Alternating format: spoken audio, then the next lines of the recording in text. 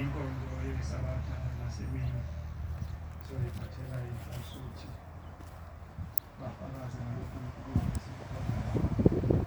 ibase loba sinenzelelana inkosi nokusisa. Amen.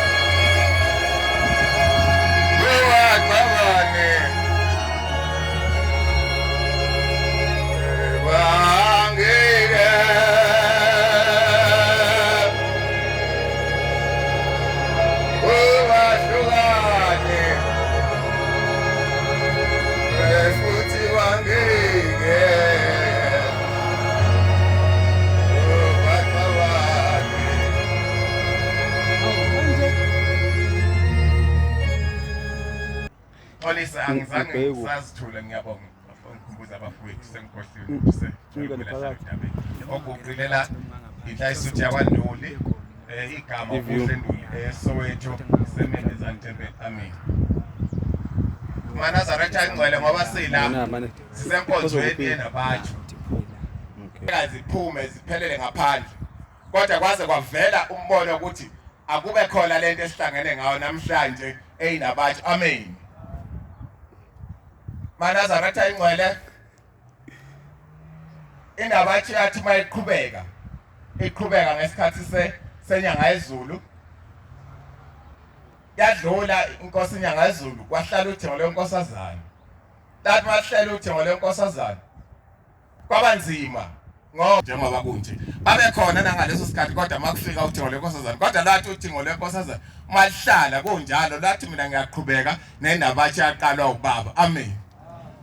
Lwayihlabisa ngenkobo iyaqhubeka inabathu lathi makufika uthengo lenkosazana wathi inabathi yaqalwa ubaba lafika uthengo lenkosazana lwayiqhubeka lwathi nami ngeke ngiyaqhubeka nayo futhi inabathu ngeke ngize ngimise into eyaqalwa obaba engaqalwanga yimina. Lwayihlabisa inabathu lathi ayibe khona. Amen.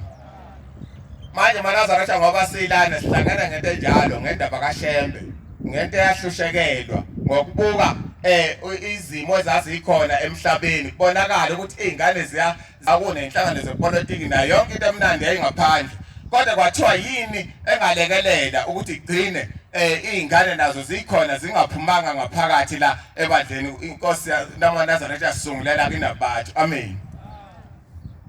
Ngoba babeze belinganisa ababekhona ngaphambili ngaphambi kwethu ngaleso sikhathi bekhuluma bethi uma ubona ingane yakho njalo izingane zakho ziphuma zifuna ukulokhu ziyodlala kamakhelwane njalo uhambe ziphume zifuna ukuyodlala kamakhelwane kufanele uhambe uyobheka lapho kamakhelwane uthi yini le khona kamakhelwane kodwa engekho la ekhaya bese uyazama ukuthi uyibuyise lento nawe ibe khona la ukuze uzogcina